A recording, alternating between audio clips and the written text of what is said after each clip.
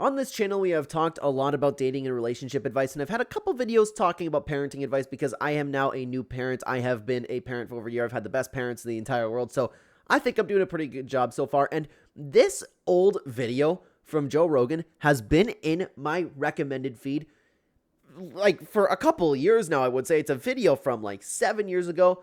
I never watched it, but as we like to talk about life on this channel, I thought, why not actually click on it and we'll react to it, because I am an absolutely changed man after becoming a parent, so I'm interested in what Joe Rogan has to say about this on this podcast, and today we're going to be reacting to it. Hello, everybody. Welcome back to another video. If you are new here, my name is Kyle. I am your guy with many YouTube channels. Let's check out what they have to say over here, guys.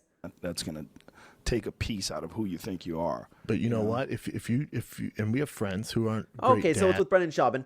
If you're part of the MMA community, I know we have some bleed over from the other channels. If you're new to this channel, I do have an MMA channel as well.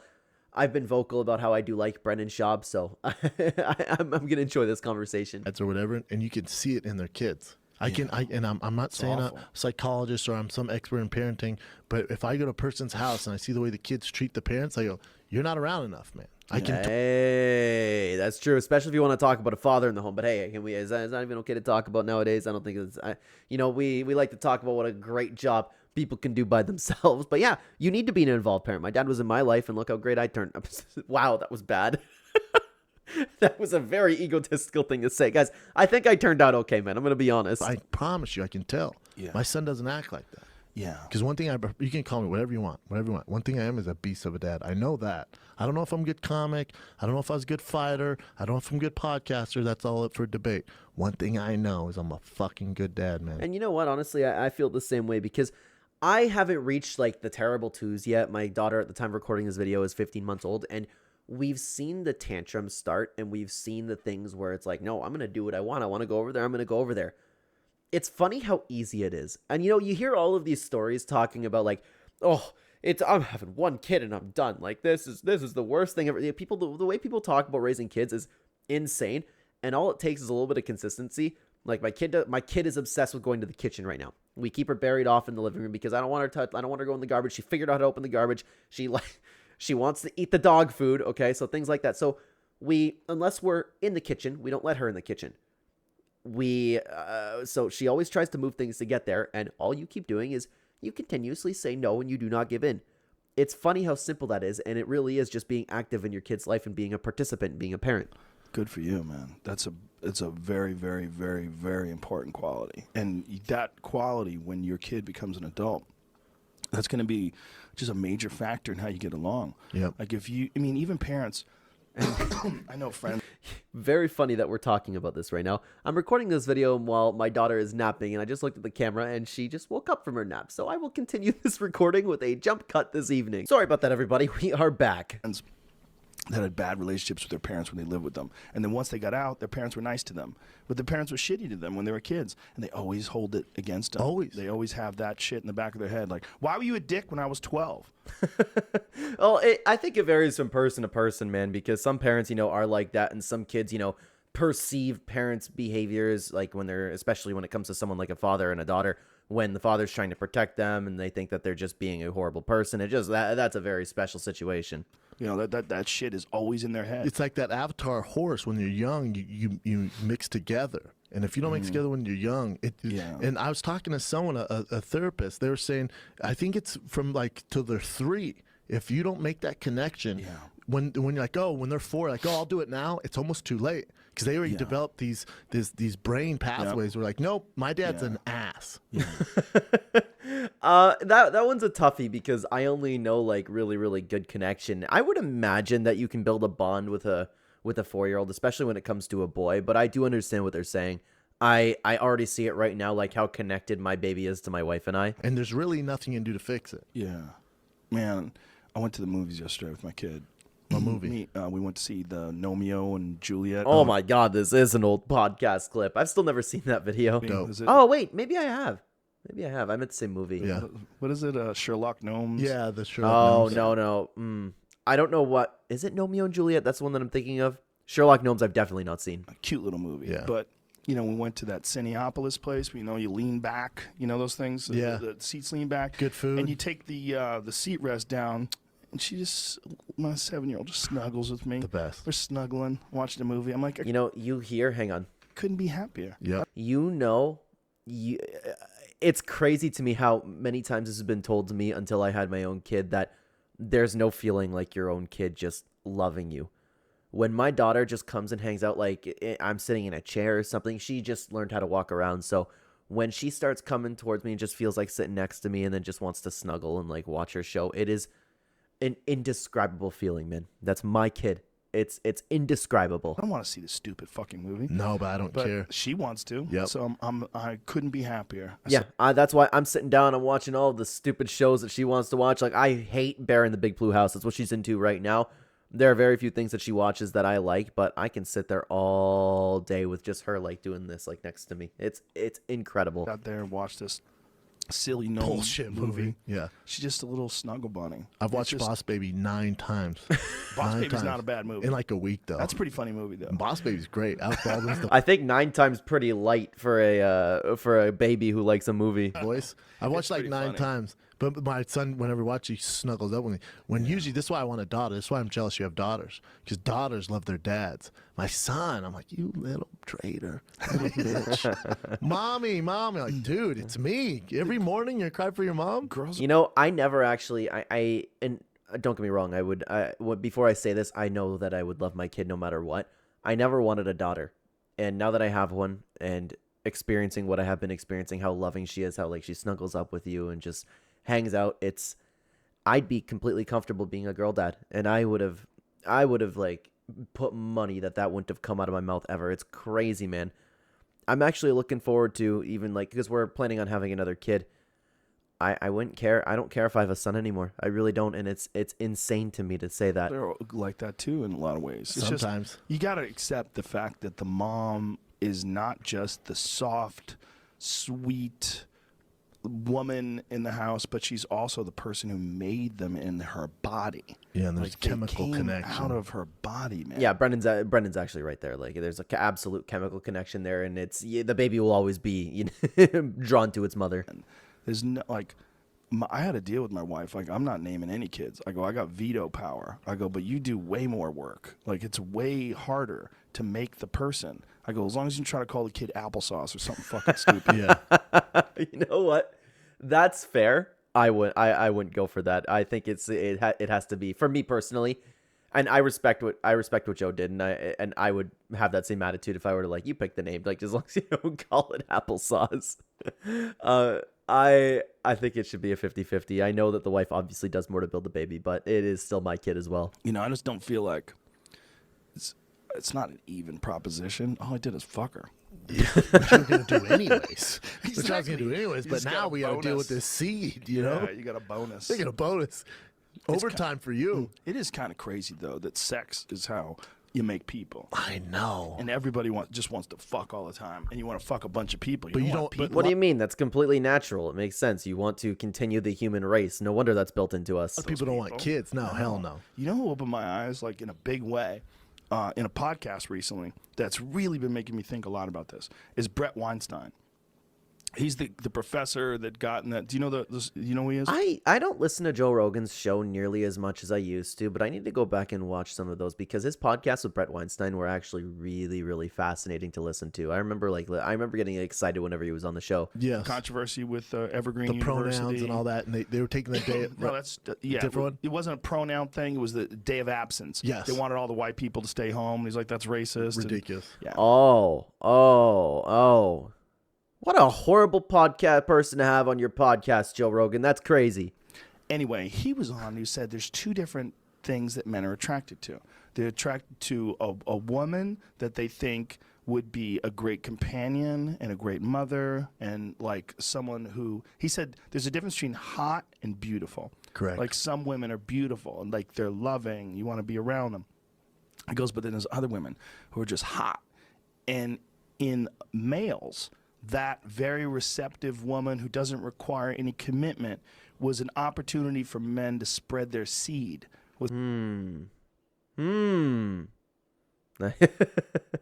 I mean, we all know the difference between hot and beautiful, right? Obviously, but like it's interesting to take a look at a biological perspective for it. Someone who they didn't have to be around for. Wow. Yeah, so there's literally like a programming in a man's mind. So you see a girl with big giant tits and a little waist and a fat ass hanging out of her shorts, and she's got sloppy makeup on, and she looks at you and you're like, okay, let's do this. Yes. But that's what that is. It's not like, You don't want hey, to live with her. right.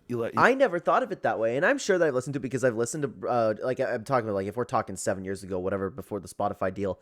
I keep forgetting that's over now, and I need to listen to Joe Rogan's podcast more, but I'm sure that I've heard Brett Weinstein say that because I used to really, really enjoy the podcast that Rogan had with him, but that I've never really sat down and thought about that. That's really interesting. That makes complete sense. That's probably true. You're not saying, I would like to start a relationship with you. It's like, no, I want to shoot my load into you, and then you raise my kid when I'm nowhere near you. Yeah. Because it's an opportunity for my DNA to propagate. And I was like, wow. That makes so much sense. Yeah, that just blew my mind too. That if I listened to that, I completely forgot about that, and we're going a very different route to what I thought this video title was about to be. So much sense. I literally never considered it until he brought it up on the podcast. I went, oh, duh. Me neither. I just thought she's hot, whatever. Yeah, she's just hot, dirty in a dirty way. Yeah, but we don't think about that. That's the best part about it, right? Like that's why it's programmed into us. We're not supposed to think about that. We're just supposed to do what our biology wants us to do. Why is she so I'm hot? attracted to that. Yeah, why is she so dirty? Dude, I don't know. I told my girl Joe, probably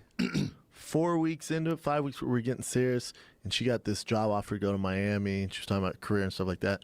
And I went, no, that's all cool. That's all, and no one's career first more than me. However, you know you're put on this earth to be a mom, right? Like you're gonna be such a beast of a mom. Oh, depending on who you tell that to, they're gonna get pissed. Guarantee you, because I saw her interact with Callan's kids. I can guarantee you, you might be the greatest host in the world, but you're gonna be the best mom I've ever seen. And then she's like, really? I'm like, I guarantee you. Oh, he's lucky. He's lucky he got a good one then, man, because I could see a lot of people flipping out about that. Bam. Bam. Yeah. Well, there's just those qualities that you can see. It's something. And when someone's a bad mom, it's such a depressing thing. Oh, man, nothing worse. It's so depressing to be around. A woman who's like really short with her kids. And but then that's why it's interesting because our DNA or our biology wants us to spread our DNA to those types of girls that aren't necessarily going to be good moms because the father's not going to be in the home and the mom can't raise a kid alone. It's crazy. Shitty with them and like, oh. Or even as a kid, if I had friends who like talk back to their parents or mean to their parents, like, oh God, what's wrong with you? Or if I was dating a girl, she'd like badmouth her mom, like, what's wrong with you, girl? You know, and the hard thing is that pattern's hard to break. It's hard to break. Those kids may very well have that same kind of behavior towards their kids, like when they become adults. Yeah, it's weird how that works. I mean, you lead by example. I had the best dad in the world, and nothing's motivated me more to than like even just become a quarter of the father that he was to me, man. It's a hard pattern to break. Sometimes you need the right person in your life, like a good person in your life that you know, a wife or a husband or whoever it is. I'm good. I would never try to fix something like that. I do not need my kids mistreated. And when you match up with that person, like it changes who you are too. That's what I always say, that one of the most important things about community, like your community of friends, is that when you have good friends, those people change you. Like you react like everyone is your tribe. You react like everyone's your friends. So you want good for them. You love them. You care about them. They change who you are. You know what's crazy is I feel like that's going out the window a little bit in society now. Nobody can be happy for one another. And I think I've noticed that especially like, I would say in recent years, man, people are just getting more divided. People are hating each other, but it is very important to have a communion of good people around you. Plus, it's the old saying, you are of the sum of the people that you hang around with, and you need to surround yourself with really good people. If they inspire you, or whether they inspire you with being smart or with their kindness or with their ambition, whatever it is, that we're not individuals. We're a piece of a community, always. And that community, even if it's a small community that you call family, that piece is dependent upon who you do that piece with. Like you might be an amazing dad with the right woman, but with the wrong woman, you might be so frustrated with the relationship that you're not as good a dad as you are right now. There might be chaos going on all the time. There might be situations you put the kid in where you're yelling and screaming at each other that the kid shouldn't see.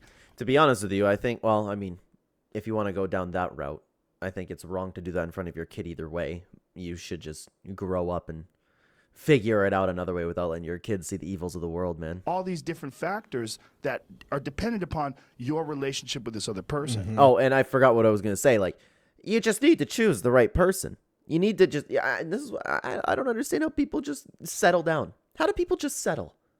I understand that your clock's running out, but come on. And they changed you, and you changed them. Like, you might be the wrong person for them. They might be super cool and calm with someone else, but with you, it's just not a mix. It doesn't. You hit buttons for a reason. It's like a woman saying to you, you know, you don't want an equal. Like, well, I don't want this. Yeah, I don't want this. I know argument. I don't want this. You might be right, but I know for sure I don't want this. Oh, you're threatened. You're threatened by a strong woman. No, I'm threatened by you. You're aggressive. See you later, alligator.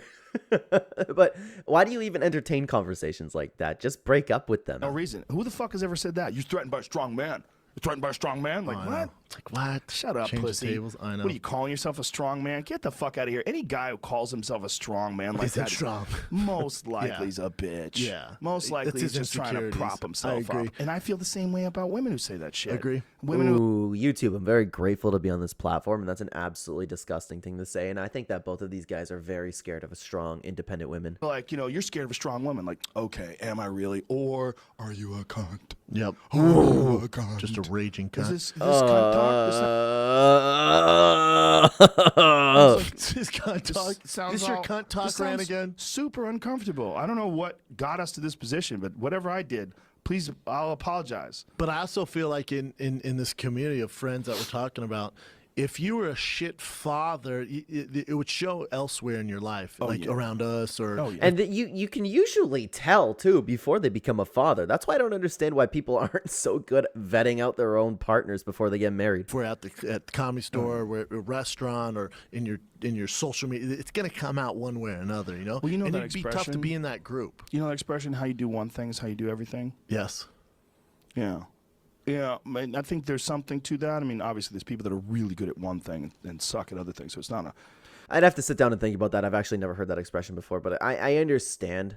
I understand where they're coming from, but then I want to say, like, oh my God, but this, and this, but I understand there's exceptions to the rule. It's not always 100% correct, but, you know, if you're a shitty dad, you're going to be a shitty friend. Mm-hmm. I agree. And if you're a shitty friend, you're probably going to be a shitty dad. And I say this, too, with dudes who are shitty dads, it's like, all right, if you're willing to do that to literally you're connected to this person chemically, they're made of your DNA. If you're willing to treat him like that, when the going gets rough for me, where the fuck are you gonna be? Yeah, it's gonna be even easier, and that is 1000% correct. What Brendan just said. I don't understand. I will never understand, especially like after having my own kid. I can't believe that there are people out there who are evil enough to mistreat their children. It is unbelievable to me. It's one thing like when they grow up and then unfortunately they get into the wrong crowd or something like that, and then they become not the greatest person, right? But when you're talking about like kids that the way they turn out is solely responsible on your actions, I do not understand how people can mistreat that. There's no way I want you in my foxhole. Yeah, that's big, man.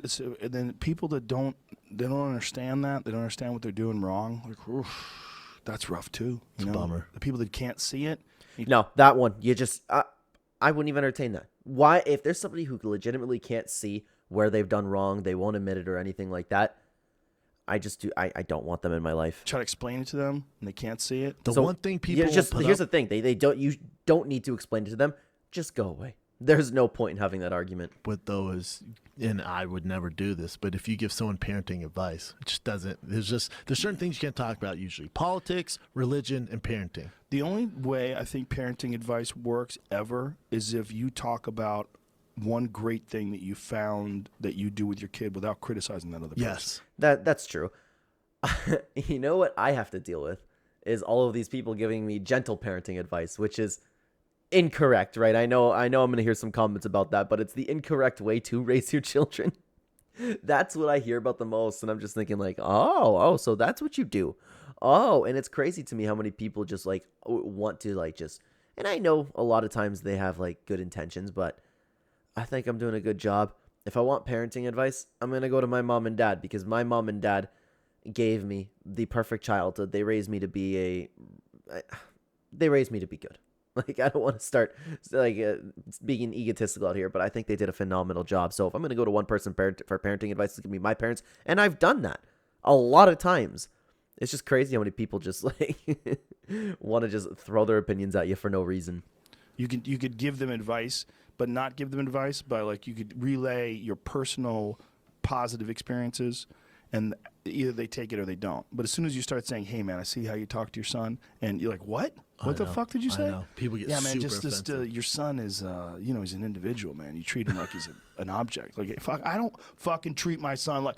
All of a It's sudden, on. Game over. It's sad because you should be able to do those things to people if they're, especially if they're mistreating somebody, but you just can't. We don't live in that type of society anymore. Not even listen to what you said. No, you're all ramped Dude, up. I had my son was 1.5 at the time, and I was taking him to this play area, and he didn't know how to express himself, and everyone was older, and he'd hit kids, and he's a big kid. He's a 99 percentile for size and all that stuff, and he would hit kids, and the place where I was taking him in Brentwood knew I was a former fighter. One of the guys who works front desk is a fan. I've talked MMA with him, and they took me to the side and said, you know, we got a bit of a problem because Tiger is hitting kids, and we think it's in direct correlation of you letting him watch fights and from what you did.